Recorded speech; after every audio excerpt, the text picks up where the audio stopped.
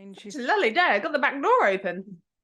Yeah, it's nice, isn't it? I just opened the window and thought, oh, it's so lovely. I get some fresh air in. And now I'm cold. Yeah. Right, go. Right. So once upon a time. I don't think I've got anything to say, you know. Right. See you next week then. Yeah. Sorry about that, guys. Normally you have some sort of ramblings that I come out with. I do have rambling this week. I know you said it's always you. Yeah. However, I've just got to let everyone know we nearly didn't have a podcast anymore. Oh yeah. And we certainly were right close to the line on Tuesday with getting the last episode out because my laptop died. And it had our recording on it, and I was like, "Oh God!" That was some hairy stuff. Oh God, honestly, I just didn't even know what to do myself. But you fixed it. I did, and I'm proud of myself that I was able to do that. But yeah, I phoned a load of, I don't know, laptop engineers. Yeah, and I was like, "Help!" Yeah, and they asked for my make and model number and all that, and I went, sorry, we can't help you with that. That's exactly what happened. And they went, oh, that model and make? No, we don't. Unfortunately, we don't cover that model. And I'm like, what do I do now? And I thought, well, do you know what? It's dead. I can't get it up and running. I'll just try a few bits. So yeah, ordered a few bits and pieces online, got it delivered and fixed it. And you were my first phone call to say, guess what? Well, no, you obviously tricked me. I had to. I had to do that. It's like, oh, well. And I was like, oh, that doesn't sound great. You were like, fixed it. I did it. Did a bazinga. Yep. I bazinged you and I fixed it. And now this external hard drive, amongst many others, go everywhere with me. And every time I do something, I'm just going to back it up. Yeah, because my offer of help was, oh, send me the video and I'll edit it. That was how much I contributed, because obviously you couldn't send me the video because your laptop was dead. I know, and I was fuming with myself at the time as well. So it was a moment of trying not to be like, idiot. I can't, Sarah, because it's on my fucking laptop. Oh, my laptop's on. I'm like, oh, don't worry, just send it to me. Just send it to me. I'll do it. I was like, what's happening? Sorry about that. I'm not great in a crisis. Thanks for the offer. I've got no words. A funny joke or a limerick? I have. Oh, words of advice? I do not have. Tell me one now while I have a hot flush. Oh gosh. What underwear does lightning wear? I don't know. Thunderpants. Isaac got a joke book for 7-year-olds. I've just edited in some laughter. So thank you. You're welcome. Oh, thank you. Anyways, I had actually got something funny to say, because I found this really hilarious. It really, really tickled me. And that we have another shout out to do. Oh yeah. And when it came through, so the shout outs are. Can I post the text messages? Can I post a screenshot of the text messages? Because I was at work, actually, funnily enough, in a thunderstorm, and I got the message and I thought, what? What's she talking about? And I was like, is it? Is it? And you were like, yes. And I was like, is it? Is it though? So what happened is that so when you donate to buy me a coffee, it then comes up, and we had obviously on the last shout out somebody used that hilarious funny name, and now it's for anyone who's not watching the video, Sarah did the biggest eye roll then. Such a big eye roll.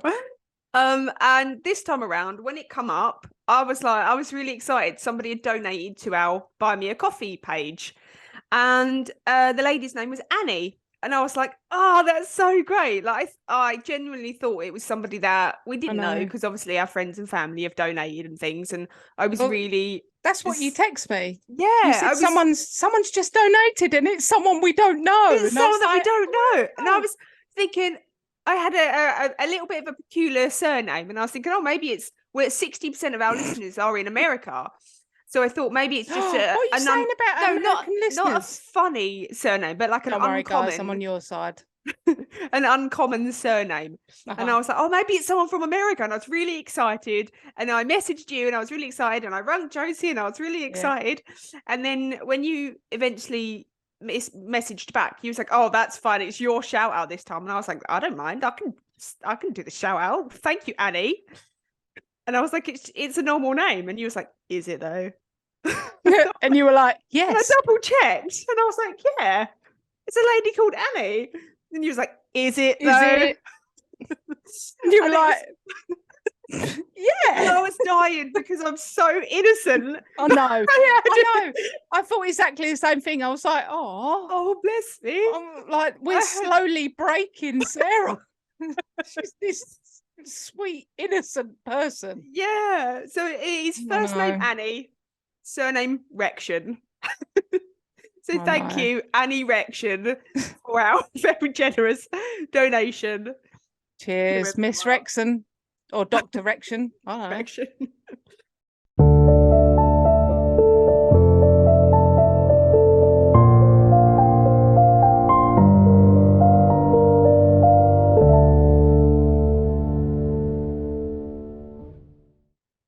Just got one other thing.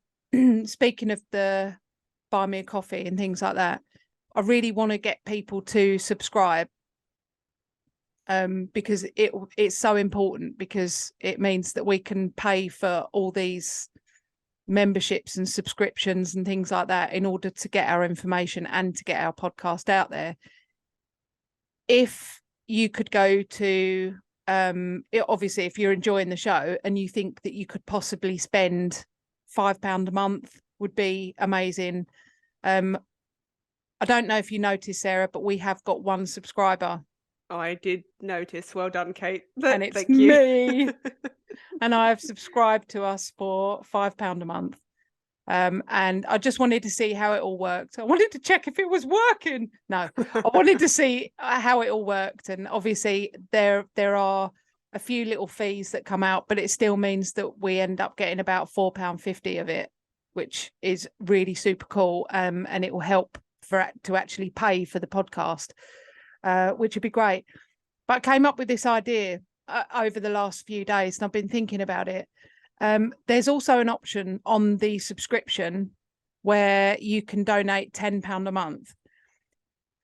So if you are able to comfortably donate £10 a month, we'll make sure that you get some extra goodies. We'll send you some bits through the post. You'll get access to extra content like bloopers, live chats, videos, straight away as soon as they're done, instead of waiting a week to see them on YouTube, things like that. But it's a work in progress, so work with us. Tell us what would work for you, that kind of thing. That is all my other business. Morning. Morning. Morning. Morning. Morning. Morning. Yeah. It's actually a really lovely morning. Is it? It's glorious. What the fuck is wrong with you? I got woken up at the crack of dawn. By the crack of dawn, do you mean like 7 o'clock? Yeah. Yeah. Yeah, but I didn't have to get up until 8.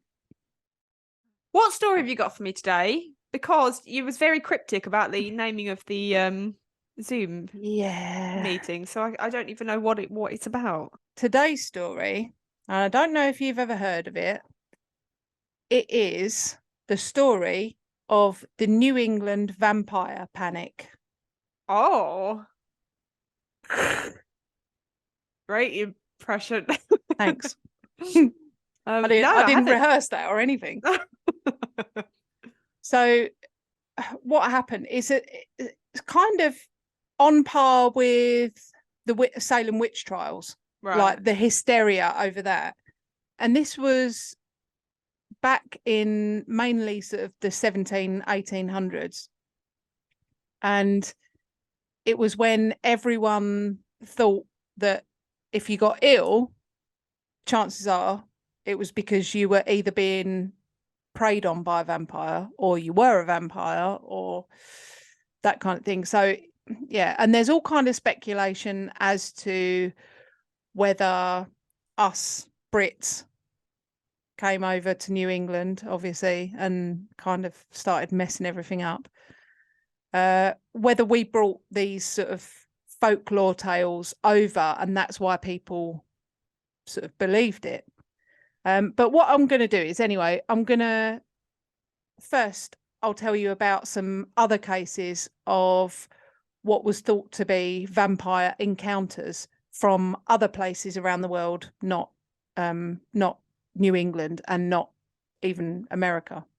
We start with a story from 1725, and it was a village in Serbia. And I do know the name of the village, but I had trouble pronouncing it, and it started sounding like all sorts of like rude words, and yeah, I got myself into trouble when I was like reading it out. So I thought, a village in Serbia, that's fine. So it's about a farmer called Peter, and he passed away. And 3 days after his death, Peter appeared to his son, and he asked to be fed normal. Yeah. His son was obviously confused and upset, but he offered him food anyway. And he kind of implies that Peter ate the food, and he had the food and then he left. The following night, Peter appeared again to his son and said, "I need to be fed." And his son, who had put the previous This night... sounds like a small child. Yeah, I'm hungry. I need to be fed. Yeah, so he was like, "I need to be fed." And his son, who he'd put the previous night down to like a dream or the fact that he was grieving over his father, but he was very upset, and the whole thing made him very uncomfortable, and he refused to feed him this time, and he asked him to go away. So Peter kind of turned, didn't say anything, just turned and left. The following morning, Peter's son was found dead. And they said cause of death was that he had no blood. He was completely drained of blood. Over the next few weeks, 9... I love that though. Cause of death was quite obviously a case of no blood in the body. His blood just... There's just no blood went. there, so obviously. Yeah, just went. Yeah, it was just a sack. Over the next few weeks, 9 local villagers said that they'd all seen Peter.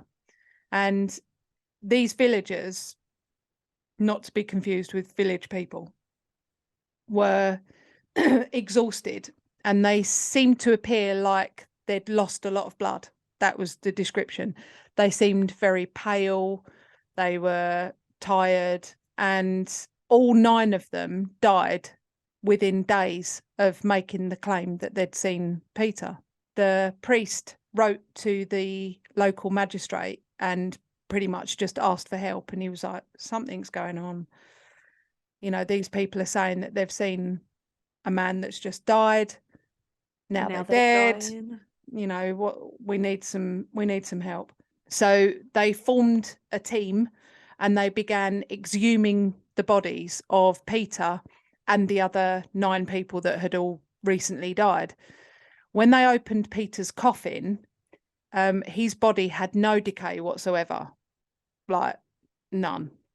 And his mouth was covered in blood, which obviously they were like, "Ugh."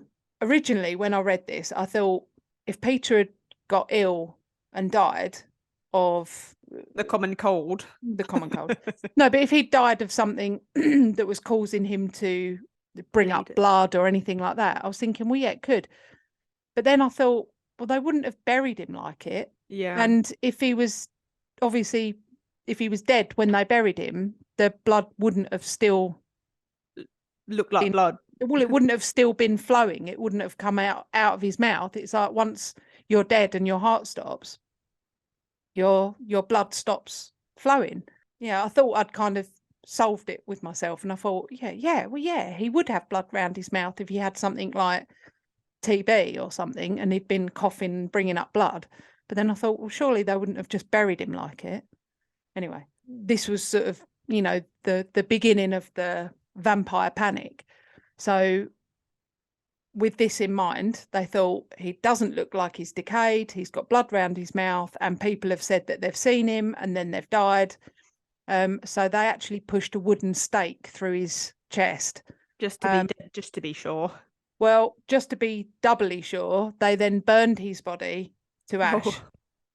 Or the other 9 people that they thought were Peter's victims, they reburied them with garlic all over them. That is the first story, and that came from Serbia. Then we've got another apparently well-known story, and it's the Blow vampire. And Blow is his name, as in. Yeah, well, I thought it was going to be maybe he didn't suck the blood. He just blew it back into people. Yeah. And Blow was a herdsman, and after his death, apparently he continued to visit the town, and he was seen many, many times. And he would call out to people that he knew. He would call them by name, which obviously terrified everyone because they all knew that he'd died. So, yeah, another town successfully freaked out. The townspeople decided to report to the officials of the town. So they exhumed his body and plunged a stake through his heart. And they say something.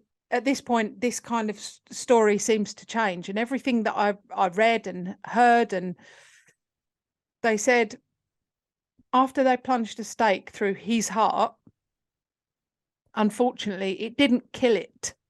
And I thought, oh, why has it changed to it? I don't know why, but that creeped me out a bit. But they said because they no longer thought of him as a person. Yeah, they thought that he was a vampire. Yeah, it wasn't the man that they knew. It was something else. But they said, however, this didn't kill it, as it returned in, and this is a quote, it returned in a horrifying state. It frightened several townsfolk to death. Like people actually were so scared that they died. And it was this thing was reported to have suffocated other people in the town. A few people were reported to have gone after it and attacked it. I'm assuming with pitchforks and flaming torches. That's what I'm envisioning right now. Same, but apparently it laughed and mocked them. So the people of the town then exhumed Blow's body again and they called it the sleeping body. So I guess they wouldn't acknowledge that it was a dead body or anything. They just thought, well, he's just sleeping. But they gave his body to an executioner, and the executioner pierced Blow's body several times with white thorn stakes. So they used to use white thorn alongside garlic. So they used to kind of have them both together. What is white thorn? It's a plant. Oh, okay. It's a plant like garlic, so they put both together. So white thorn is supposed to be as effective as garlic, but obviously the two together, forget about it. Super powerful. Super powerful. So he pierced Blow's body with several white thorn stakes, and then he burned the body. And the people of the town claimed that they heard unworldly screaming when the executioner set Blow's body on fire. Oh dear. So that's a couple of better known stories, I guess, from around the world. I'm not sure where the blow vampire is. I didn't really go into that too much. I wanted to concentrate on New England. This is what kind of covers all of these stories that I'm about to cover. So there's a statement of what was believed by these people, and I'll just read it out to you.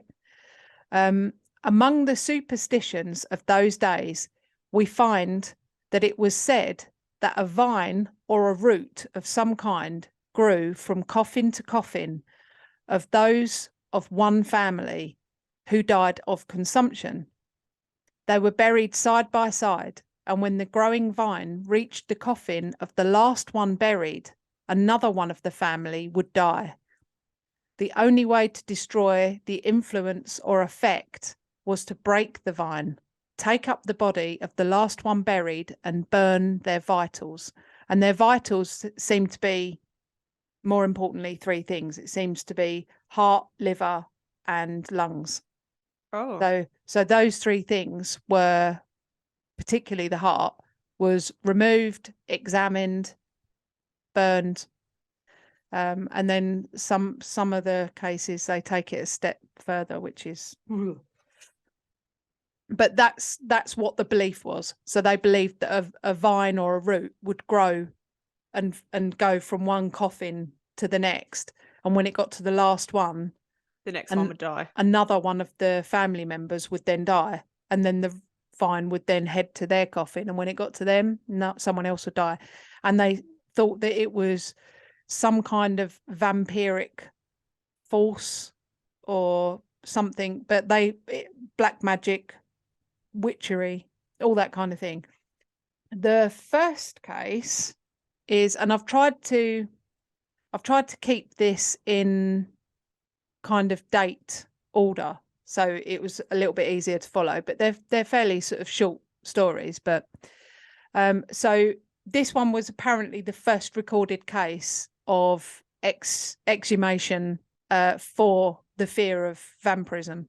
Mm-hmm. And I'll warn you now, I get quite a lot of these words, the pronunciation wrong, because I don't know, I'm an idiot. So the first case was the Johnson family, and this was in 1784, and it was in Willington, Connecticut.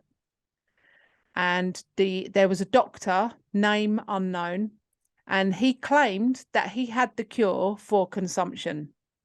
And I'll cover consumption at the end. I was just going to ask. Okay. I'll cover it at the end. So the Johnson family had already lost a son called Amos and a daughter named Elizabeth.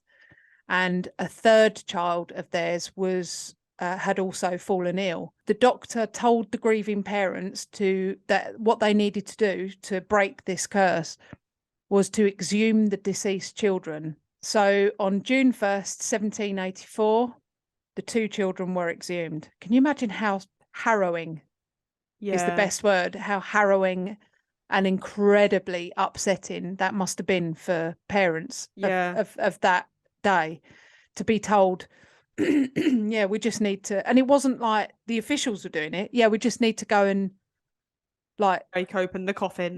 Break open the coffin and have a look. And it's like, it quite often it was their parents that were doing it. Oh gosh. It's just hideous, isn't it? So yeah, June 1st, the two children were exhumed. They found a plant growing from Amos's coffin, and Amos was the first one of the two to die. And the doctor told the parents, particularly the father, Isaac, he told Isaac that you need to burn the weed. Not weed, but you need to burn the weed or the vine and the children's hearts to rid the curse. So he did. The doctor, so he probably had to get that out himself as well. Exactly. And this was like before the days of like embalming or anything like that. So I mean, it would have literally been taking the heart out of a whole body. Yeah. You know, it's just I can't even imagine how upsetting that must have been.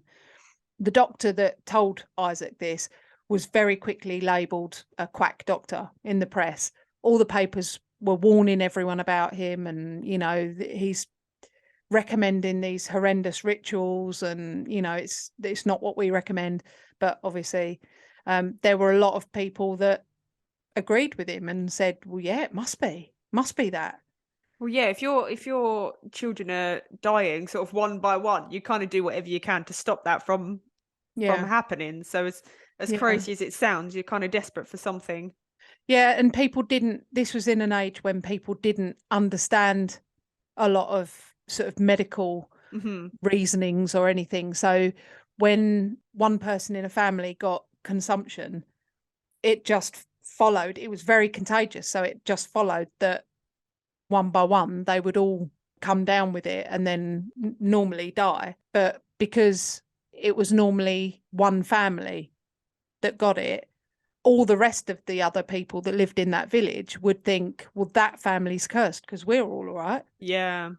So they would see it as a family curse. Yeah. So 15 years after they did this ritual with Amos and Elizabeth, Isaac Johnson, the dad, was carrying some big timbers as they were rebuilding a church or part of a church. And for no apparent reason, he fell and was crushed instantly by one of these timbers and died.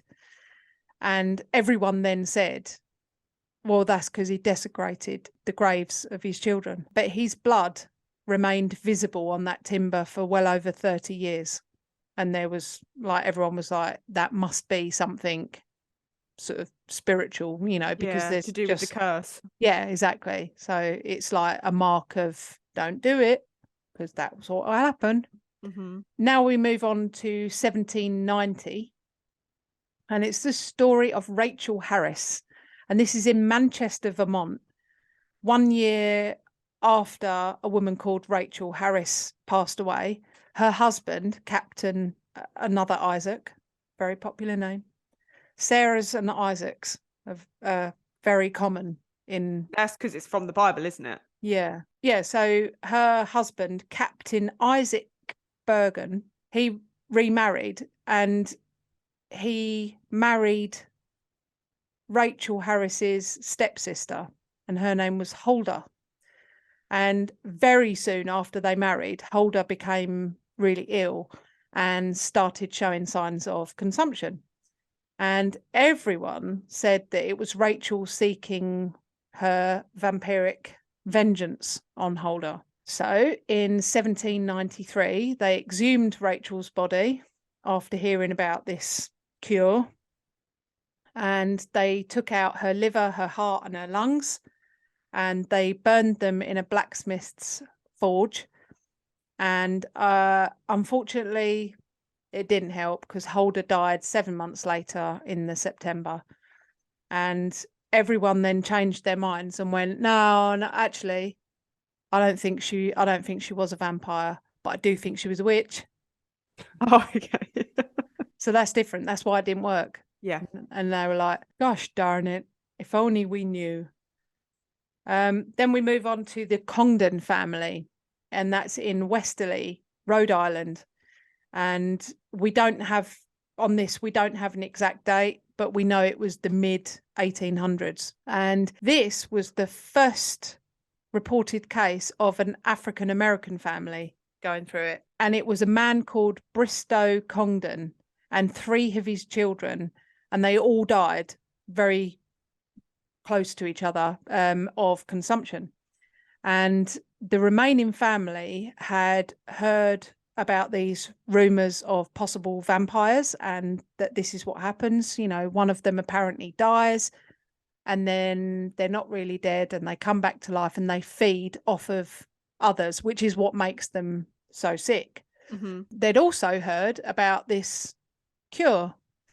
So in an effort to save the children that were left, they were all exhumed, and the last child that had passed away had his organs removed and burned. They know that about the Congdon family, and there is no more news on them. So we have no idea if they did that and then all of the rest of them died, or whether it worked. Are you having a hot flush? Yes. Can you see? Yeah. I've left my fan So you go in the other room. whoop like that, and I was like, oh, I know that look. Baking hot. Okay, next case I'm going to tell you about is the case of Henry Ray. So this is now 1854, and this is in Duet City in Connecticut. And Henry was sick with consumption.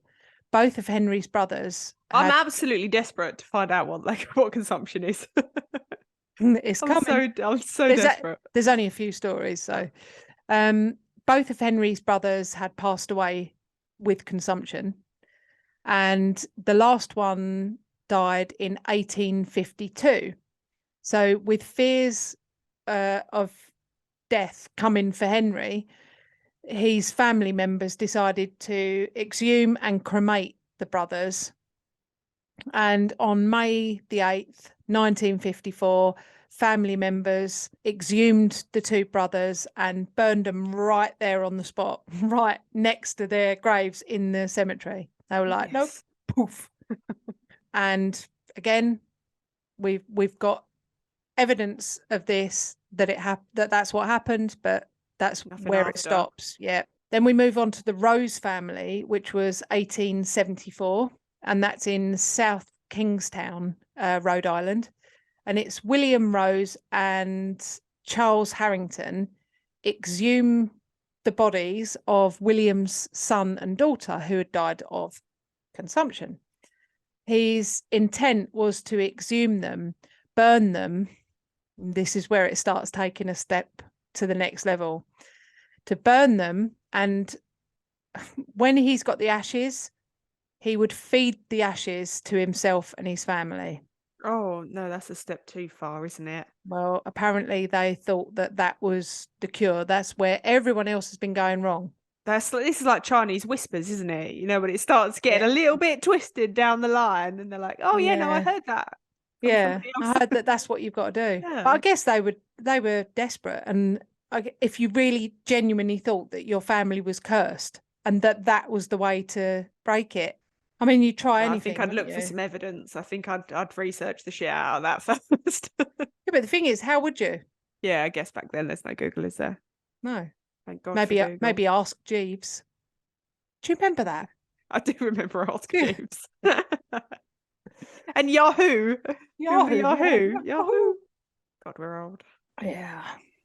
When they dug up his son's coffin, who had died 12 years prior, his body and the coffin were pretty much like destroyed with decomposition. Yeah. It was pretty much all gone. They then exhumed his daughter, who had died 7 years prior.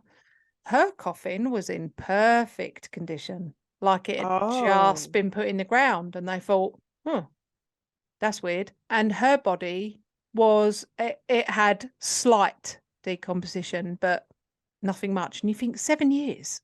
Yeah, should have had something. Yeah, she only had slight decomposition, and straight away they were like, it's her. She is the one that's been doing this, because she would be pretty well decomposed. Yeah. And also both their burial sites were quite close to a river, so you think it'd be really damp. Yeah. The earth. So surely the decomp would be a lot worse. But anyway, so straight away he was like, no, I believe that she is the cause of the illness and the death.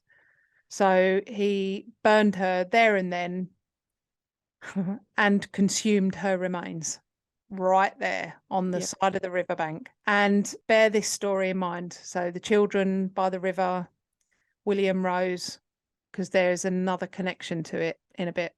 All right. Now I'm going to move on to the Tillinghast family of 1799.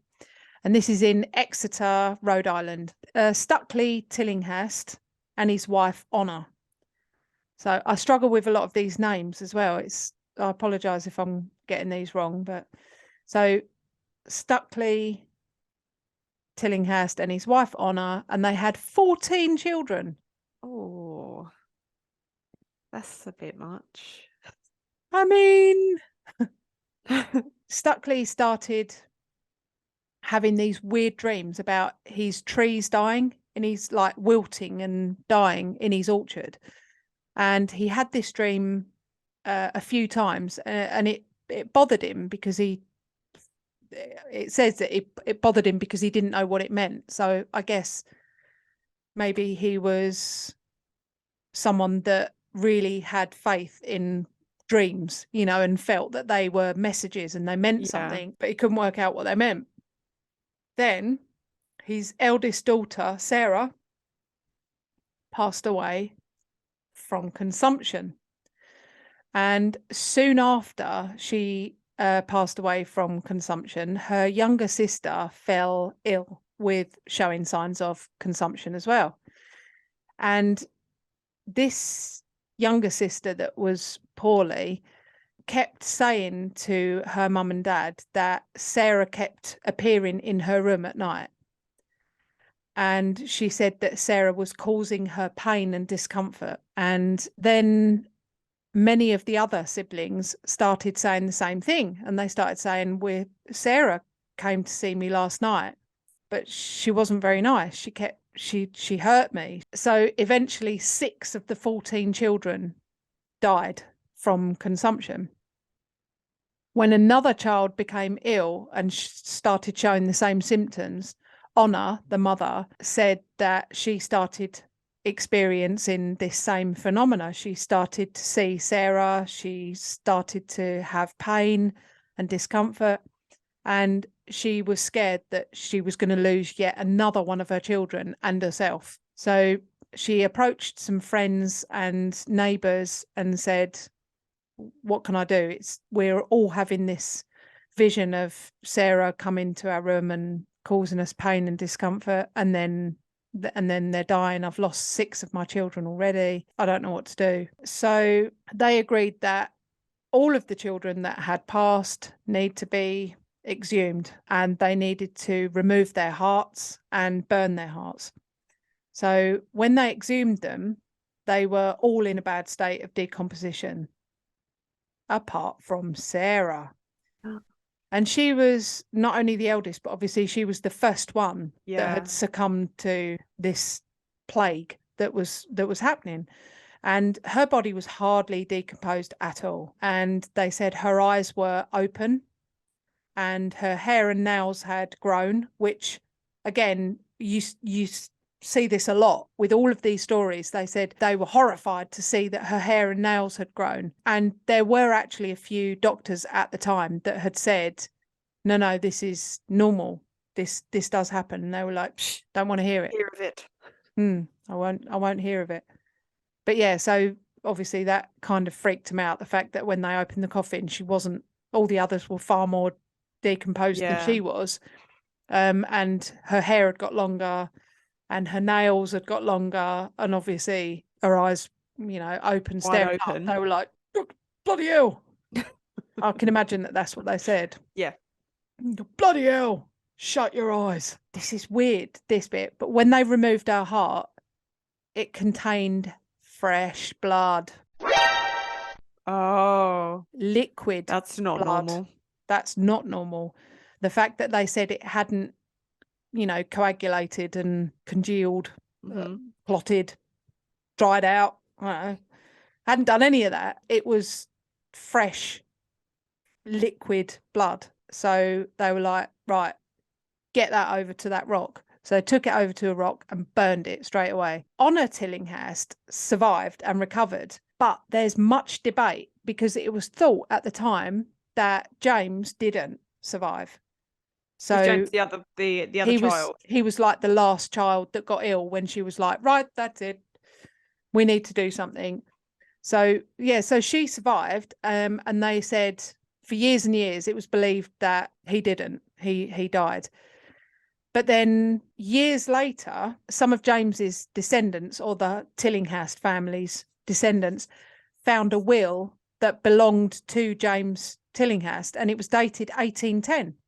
Oh, so they were like, I'm pretty sure he died, but we've now found all this like evidence of him having like a proper life and, you know, making wills and all that. So now we're going to go to Woodstock, Vermont, and this is now 1817, and it's a story about Frederick Ransom.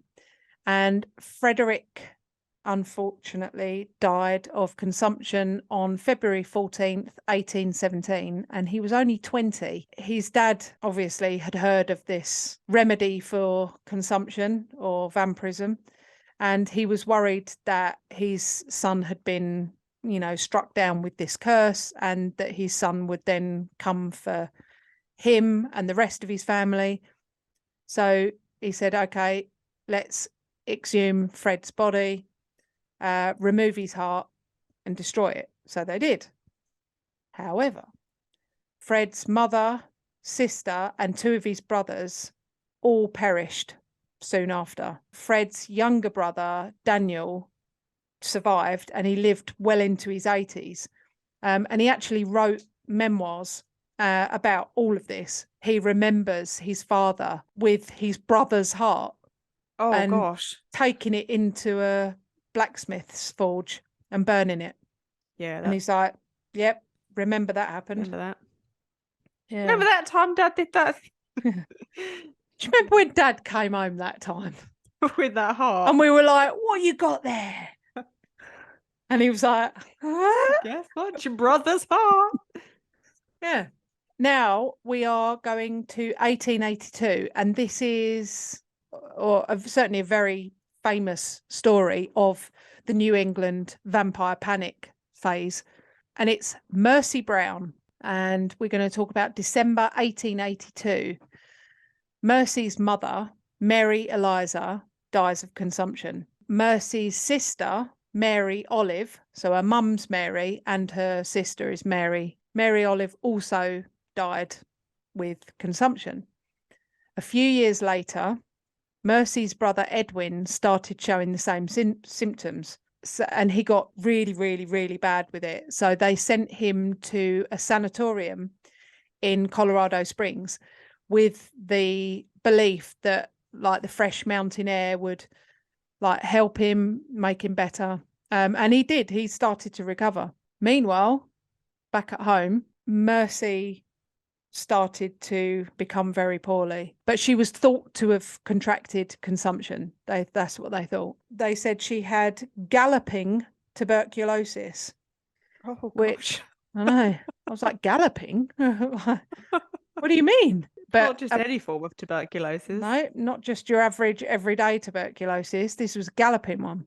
So when I looked it up, galloping tuberculosis is a highly aggressive form of tuberculosis. And as soon as it says specifically, as soon as symptoms start to show, January 17th, 1892, Mercy died.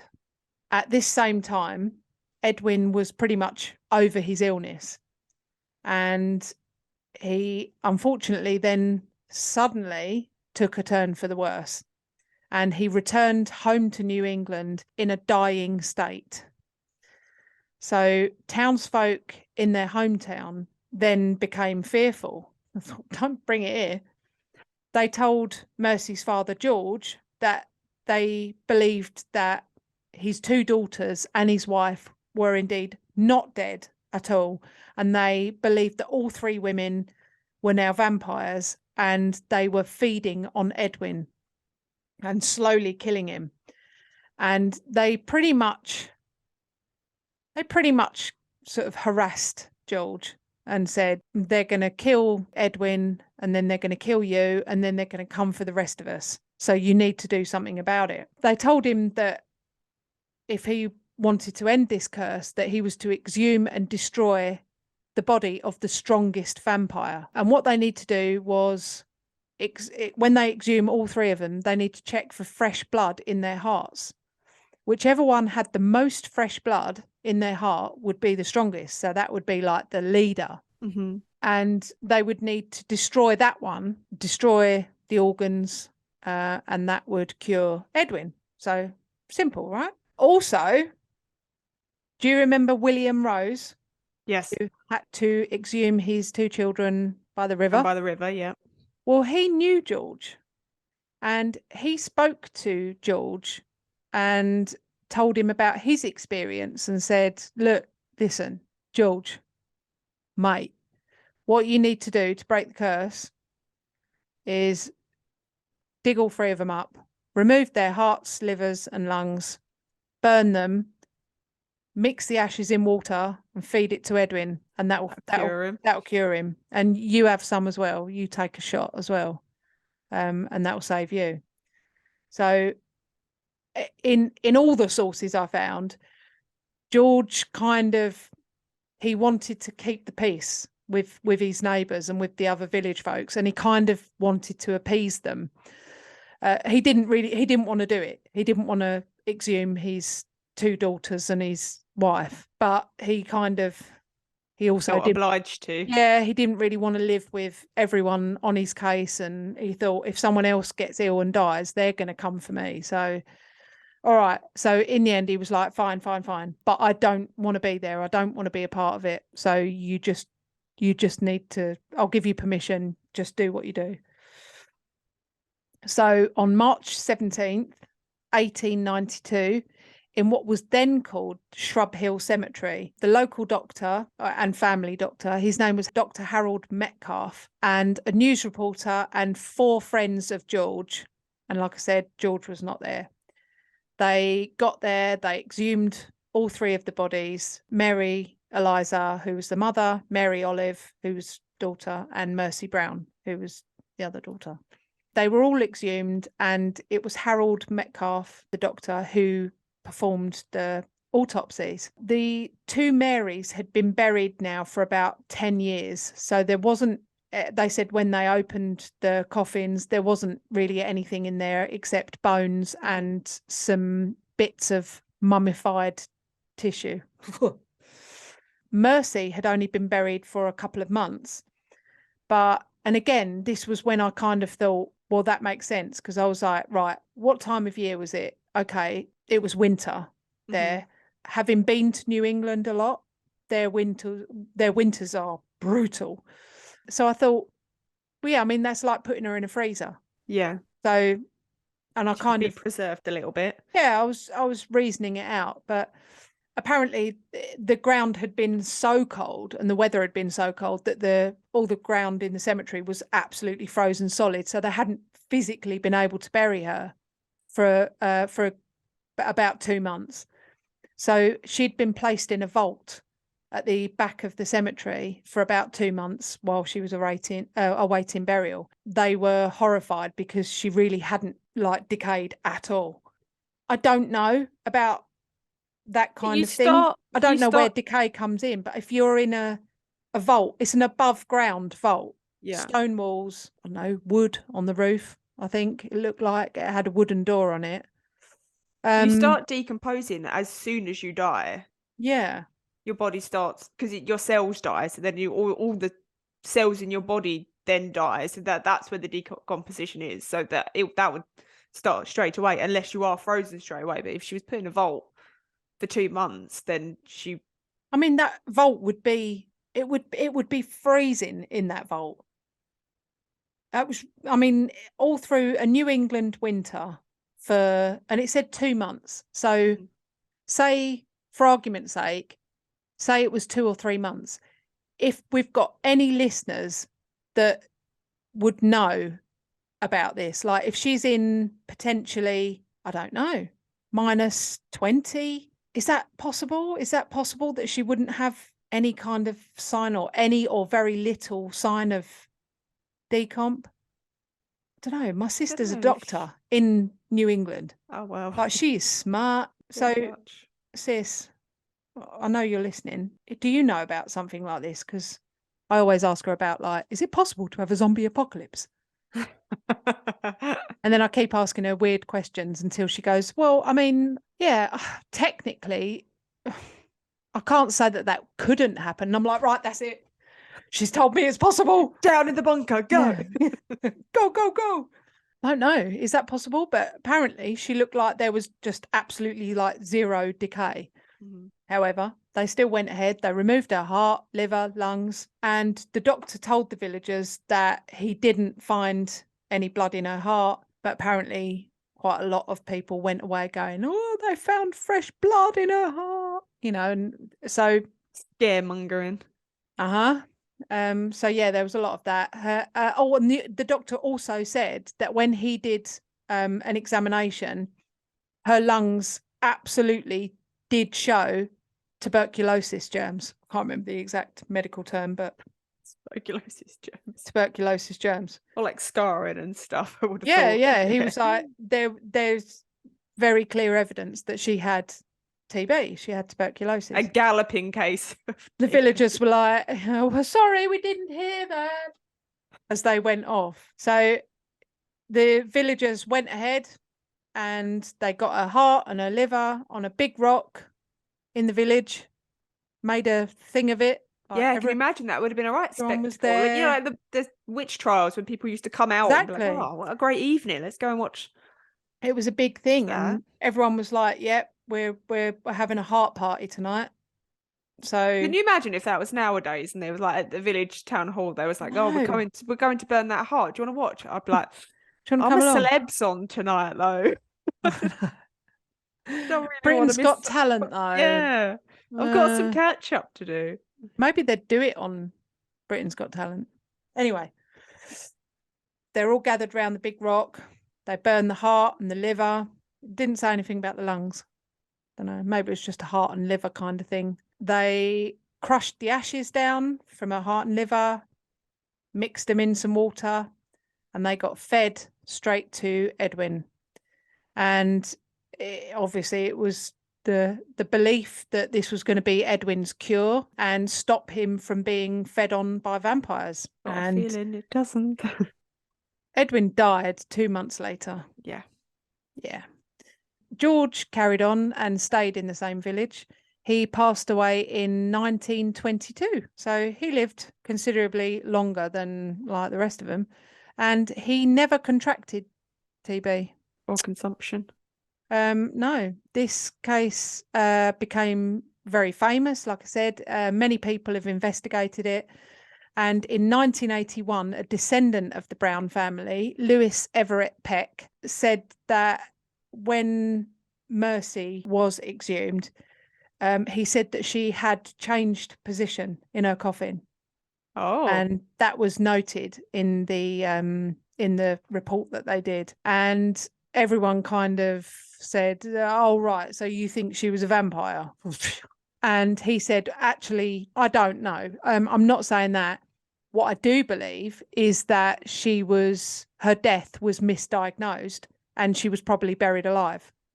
Oh. So, yeah, and because that happened a lot. But he said in the 60s, he went to her grave and he saw a big, bright orb of light that was hovering over her grave. And he said, I've never felt so scared in my life. So, yeah, I'm not sure that he's ever been back. But so Mercy Brown's grave can still be found today. The cemetery is now called Chestnut Hill Cemetery. In August 1996, Mercy's gravestone got stolen. Oh. They went to the cemetery and yeah, it was gone. And it was never found out who took it, but a week later it got brought back. Oh, okay. So it's now apparently secured with like a metal cable or something to keep it in place. And they say that like people go there and like pick bits off of it to keep as like a souvenir, and people do weird things, don't they? Yeah. Why do people want a piece of her headstone? Why was it that famous that people go there just to see her gravestone? Is it famous because she was thought to have been buried alive, or? No, I think it's that there's some people that still believe that she was a vampire. Yeah, and she was coming back and feeding on her brother, and that, you know, the ritual that they did worked. And when it was fed to, or maybe it was too late for Edwin because he did die, but it wasn't too late for her dad because George went on to live a healthy, happy life, I guess. But it's weird. But this was happening a lot Like there was all over New England, there was this absolute panic where, you know, people were getting tuberculosis. You know, they were contracting consumption and dying, and everyone was just convinced that it was this vampire curse. And they were feeding on the remaining members of that family, and it was huge. But at the back of Chestnut Hill Cemetery, you can still see the crypt where her body was once held.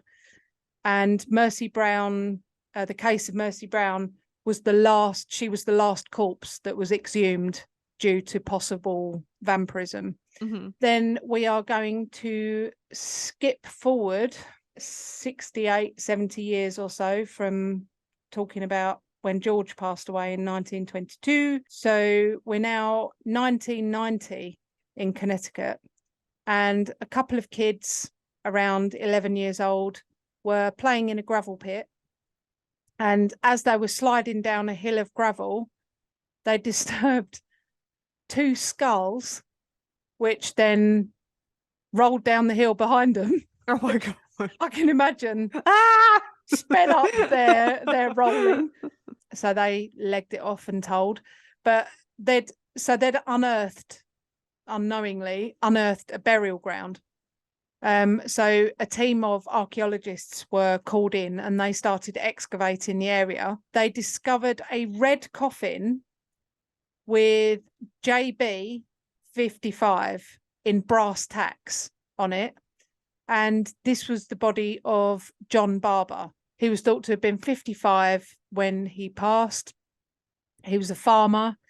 And they found out that around a decade after his death, someone had exhumed his coffin, decapitated him, and put his bones in a weird order. But they'd got his two femur bones and crossed them on his chest and turned his head to the side like a skull and crossbones. Oh, okay.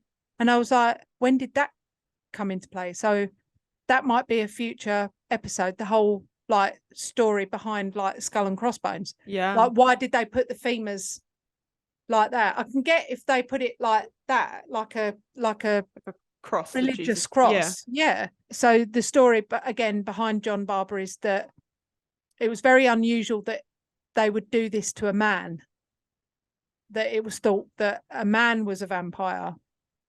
So this kind of then led a whole other investigation into, you know, the story behind him.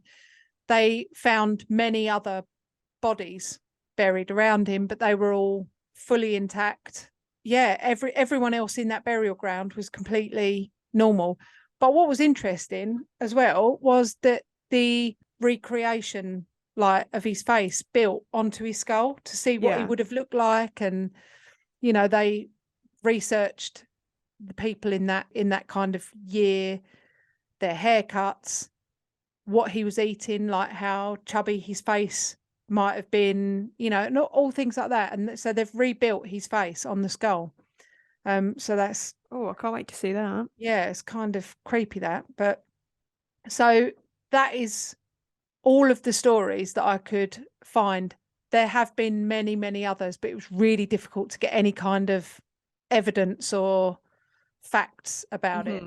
So you're going to tell me what consumption is? So consumption, TB, tuberculosis, it totally consumes everything about the host, which is why it's got the name consumption, because it's all consuming. It deteriorates the body, and it gives the victim a gaunt and pale complexion, and they'll have very sunken, darkened eyes, which obviously made them look like the undead, like vampires. It was thought to be carried on the wind from north to northwest. So years ago, they would actually build walls around houses and villages and things like that to stop it being carried on the wind. Oh. And they said that a lot of New England houses were made with very small windows and a limited amount of them, so that, you know, obviously couldn't get in. People, couldn't get in, couldn't get to people. I mean, they're not like that now. My sister's got lovely big windows and Beautiful house. So tuberculosis mostly attacks the lungs, but it's been known to settle in other parts of the body as well. Symptoms include a chronic cough and spitting blood.